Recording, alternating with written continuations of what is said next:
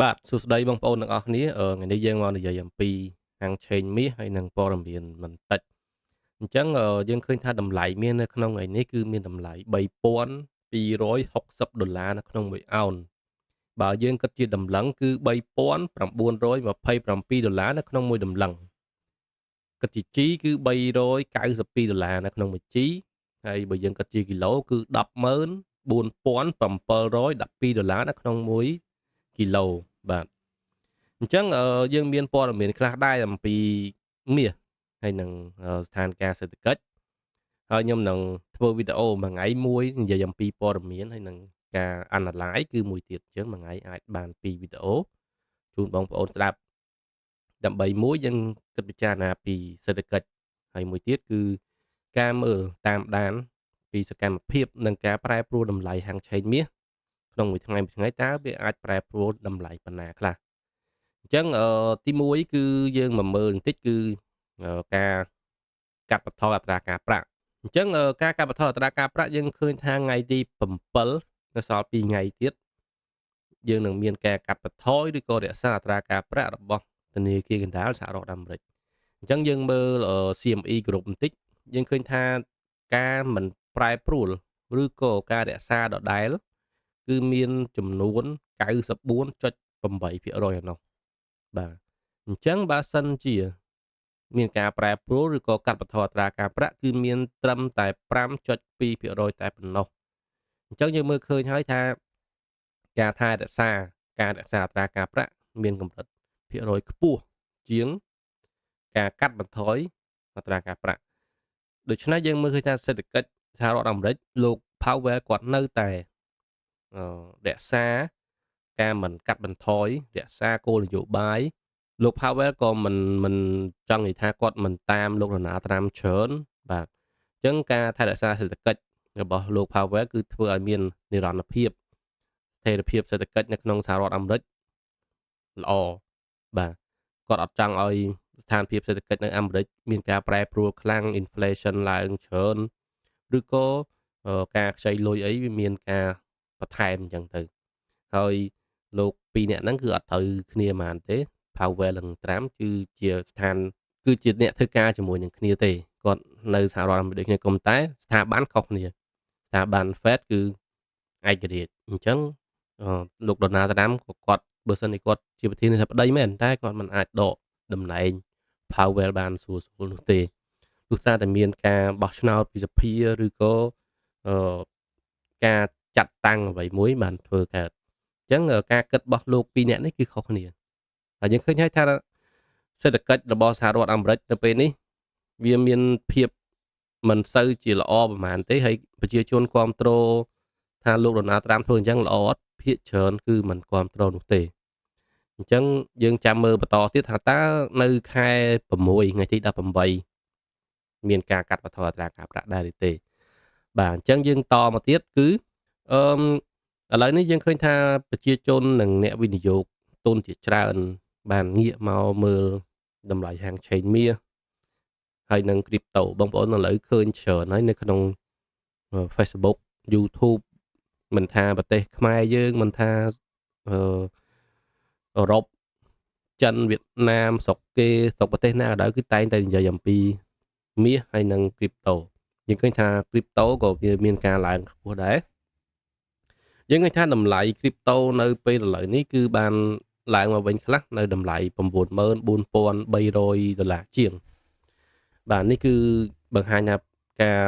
ត្រឡប់មកការទិញរបស់គ្រីបតូវាមានច្រើនហើយតម្លៃមាសក៏មានការកើនឡើងវិញខ្លះដែរបាទហើយមួយទៀតគឺយើងឃើញថាលោក Donald Trump គាត់បានដកខ្លួនចេញពីកិច្ចចរចារវាងប្រទេសរុស្ស៊ីហើយនិងអ៊ុយក្រែនអញ្ចឹងគាត់ដកខ្លួនតើមានអីកើតឡើងនៅពេលដែលដកខ្លួនទី1គឺអ៊ុយក្រែនគឺមិនមានលទ្ធភាពឬក៏មិនមានលុយគ្រប់គ្រាន់ដើម្បីធ្វើសភាវុធឬក៏ការទិញអាវុធគ្រាប់បែកឬក៏រុសសំទោសមីស៊ីលអីបន្ថែមទៀតច្រើនដូចពីមុនទេដោយសារពីមុនមានអាមេរិកជួយហើយក៏មានអង់គ្លេសឬក៏សហភាពអឺរ៉ុបគាត់ជួយច្រើនតែបើតាមដឹងខាងសហរដ្ឋអាមេរិកជួយបានច្រើនខ្លាំងអញ្ចឹងនៅពេលនេះ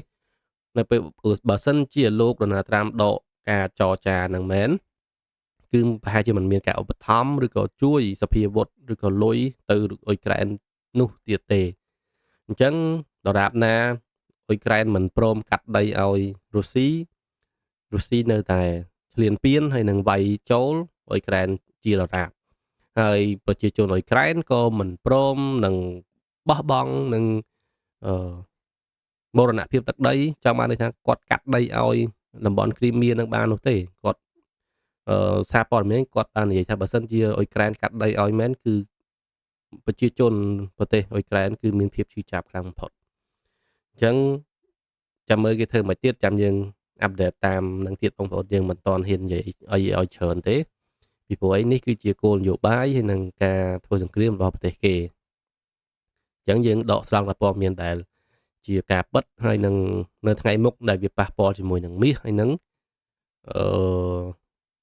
លុយដុល្លារឬក៏ស្ថានភាពសេដ្ឋកិច្ចរបស់យើងបាទអញ្ចឹងមួយទៀតយើងឃើញថាអ៊ីរ៉ង់ក៏មិនណយដែរគាត់បានបង្អួតមីស៊ីលប៉ាឡេស្ទិកស៊េរីថ្មីរបស់គាត់ដែលអាចបាញ់បានចម្ងាយ1200គីឡូម៉ែត្របាទនេះគ្រាន់តែជាការបង្អួតទេយើងមិនទាន់ថាមិនទេនេះខ្ញុំនិយាយតែប៉ុណ្្នឹងសិនខ្ញុំនឹងរកព័ត៌មានដែលបន្ថែមទៀតក្នុងមួយថ្ងៃទៅមួយថ្ងៃខ្ញុំយកបន្តិចដើម្បីបូកបញ្ចូលឲ្យបងប្អូនបានស្ដាប់បាទដើម្បីយើងពិចារណាថាតើហាងឆេងមាសនៅក្នុងសប្តាហ៍ថ្ងៃនេះយើងអាចទិញលក់បានអត់ឬក៏ប្រាក់ប្រេងរូបិយប័ណ្ណផ្សេងយើងអាចដូរលុយទុកឬក៏យ៉ាងម៉េចលុយយ៉េនឹងអាចទិញទុកឥឡូវវាចុះមកឬក៏យើងអាចដឹងពីស្ថានភាពសេដ្ឋកិច្ចដើម្បីមើលទៅថ្ងៃមុខថាអចលនៈទ្រព្យរបស់ប្រទេសកម្ពុជាអាចដើរទៅមុខបានទៀតទេឬក៏មិនទាន់មានអ្វីដែលកត់សម្គាល់ឲ្យយើងបានដឹងនោះទេបាទអញ្ចឹងមួយទៀតយើងឃើញថាប៉ាគីស្ថាននិងឥណ្ឌាក៏មានភាពតានតឹងផងដែរដោយបង្កឡើង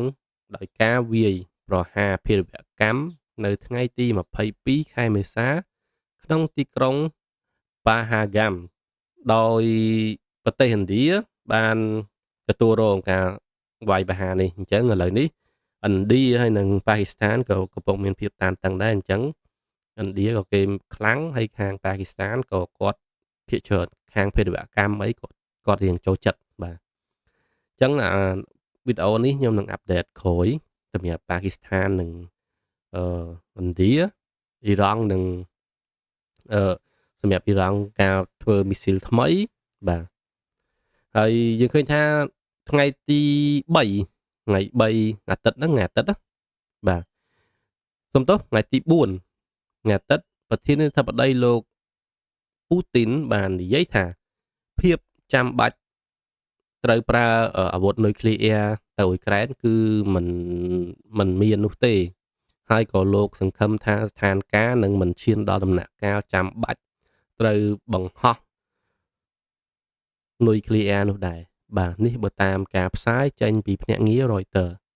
អញ្ចឹងបងប្អូនអាចដឹងស្រាប់ហើយបើសិនជាអ៊ុយក្រែនទទួលរងភាពមិនសុខចិត្តអ្វីមួយអាចនឹងបកទៅវាយរុស្ស៊ីវិញច្រើនអញ្ចឹងដរាបណាដែលទទួលរងការវាយទៅវិញទៅមកហើយប្រទេសរុស្ស៊ីគាត់មាននុយក្លេអ៊ែរអញ្ចឹងគាត់មិនចង់ទេតែបើសិនជាពេលណាមួយដែលទប់អត់ជាប់អាចនឹងទៅដែរអញ្ចឹងបើសិនជាមានការផ្ទុះអាវុធនុយក្លេអ៊ែរប្រកាសនោះហើយថាសង្គ្រាមលោកនឹងកើតមានបន្តទៀតអញ្ចឹងយើងក៏មិនចង់ឃើញដែរសង្ឃឹមថានឹងមានកិច្ចចរចាអ្វីមួយដើម្បីរកដំណោះស្រាយក្នុងការធ្វើបទឈប់បាញ់ឬក៏បញ្ឈប់តែម្ដងវាស្រួលបងប្អូនយើងក៏នៅឆ្ងាយពីគេមែនតែក៏យើងគិតហើយនឹងក៏ប៉ះពាល់សេដ្ឋកិច្ចជាមួយនឹងប្រទេសនានាជាច្រើនដែរយើងឃើញថាការបង្កក់ទ្រព្យរបស់សេដ្ឋីរុស្ស៊ីជាច្រើនបានក៏ប៉ះពាល់ដល់ស្ថានភាពសេដ្ឋកិច្ចខ្លះដែរនៅទូទាំងពិភពលោកបាទហើយរុស្ស៊ីក៏មានរ៉ែជាច្រើនដែរសម្រាប់លក់ចេញឥឡូវរាល់ថ្ងៃគឺលក់ឲ្យតែចិនដូចជាចិនហើយនឹងកូរ៉េខាងជើងទេបាទដែលគេស្និទ្ធស្នាលអញ្ចឹងគេអាចដោះដូរគ្នាបានបាទតែបើអាមេរិកគេបិទហើយអត់ឲ្យមានការលក់ export ឬក៏ import នោះទេអញ្ចឹងតម្លៃមានថ្ងៃមុខអាចប្រែប្រួលយ៉ាងណាបើមានបញ្ហាសេដ្ឋកិច្ច ហើយនឹងកត្តាសង្គ្រាមបែបនេះយើងឃើញថាតម្លៃមាសពីមួយថ្ងៃទៅមួយថ្ងៃមានការកើនឡើងបន្តរហូតហើយកត់កំណត់សម្គាល់មួយគឺតម្លៃមាសបានកើនឡើងខ្ពស់បំផុតនៅតម្លៃ$3,500នៅក្នុងមួយអោនឬក៏$4,216នៅក្នុងមួយតម្លឹងបន្ទាប់ពីការដាក់ពន្ធគយទៅប្រទេសចិននិងការទិញមាសជាច្រើនរបស់ប្រទេសចិនអញ្ចឹងយើងឃើញថាប្រហែលរយៈខែមុននេះគឺចិនបានបុកទិញមាសជាច្រើនតោនដើម្បីយកមាសដើម្បីដាក់ចូលនៅក្នុងធនាគារកណ្ដាលដើម្បីដោះដូរជាមួយនឹងការបោះពុម្ពលុយអាមេរិកបានដាក់ពន្ធគយលើប្រទេសចិនជាងប្រមាណភាគរយថ្ងៃមុន200%ជាងម៉ានផ្លេចបាត់ហើយដូចជា100ជាង200%បាទហើយការភ័យខ្លាចរបស់អ្នកវិនិយោគបានងាកមករកការទិញមាសដើម្បី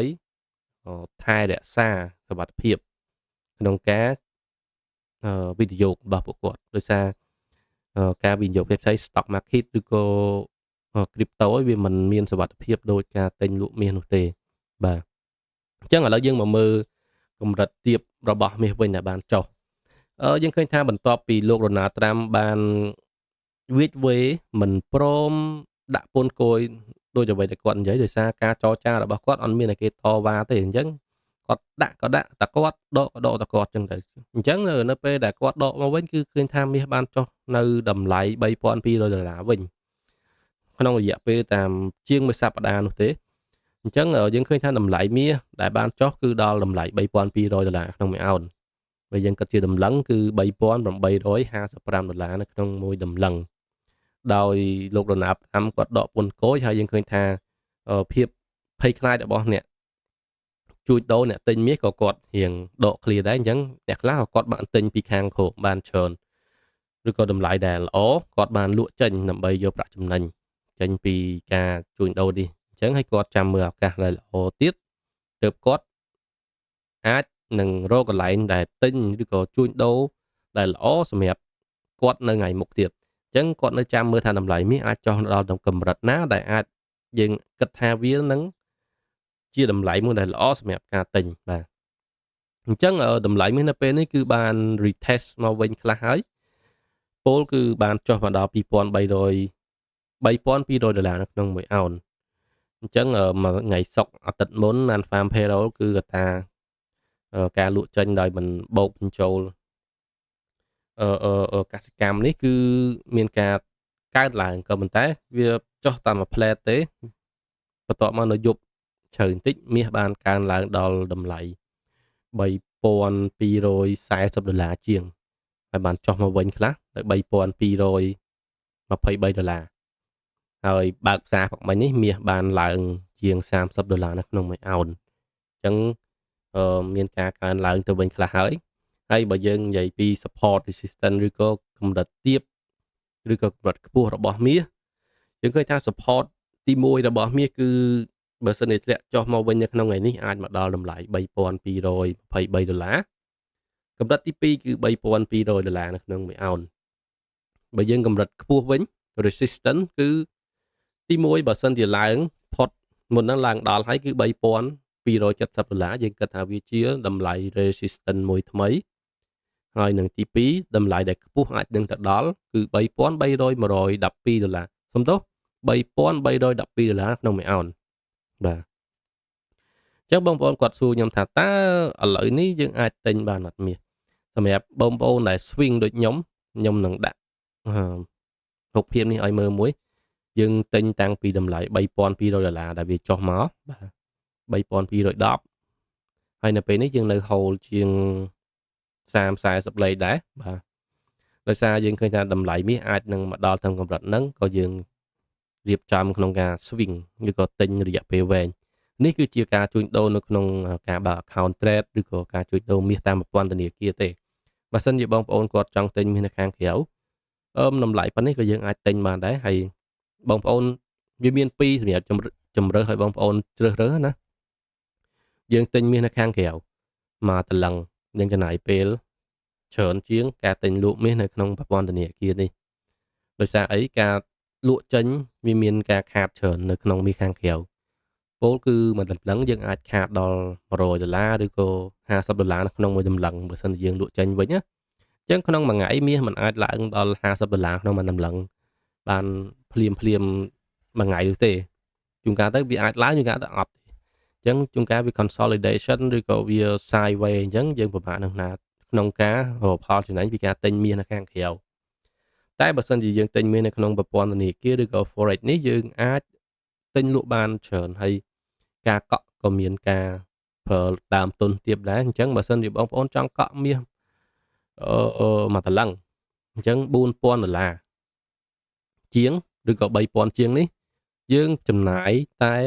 ថា1000ចុះឬក៏500ដើម្បីការពារហានិភ័យក្នុងការទិញលក់ហ្នឹងហើយនៅខាងក្រៅយើងបានតែទិញទេលក់យកលុយដាក់កប៉ាល់តែខាងនេះទិញក៏បានលុយលក់ក៏បានលុយហើយបងប្អូនយើងមានការបរៀនផងដែរអញ្ចឹងបើបងប្អូនចាប់អារម្មណ៍ថ្ងៃ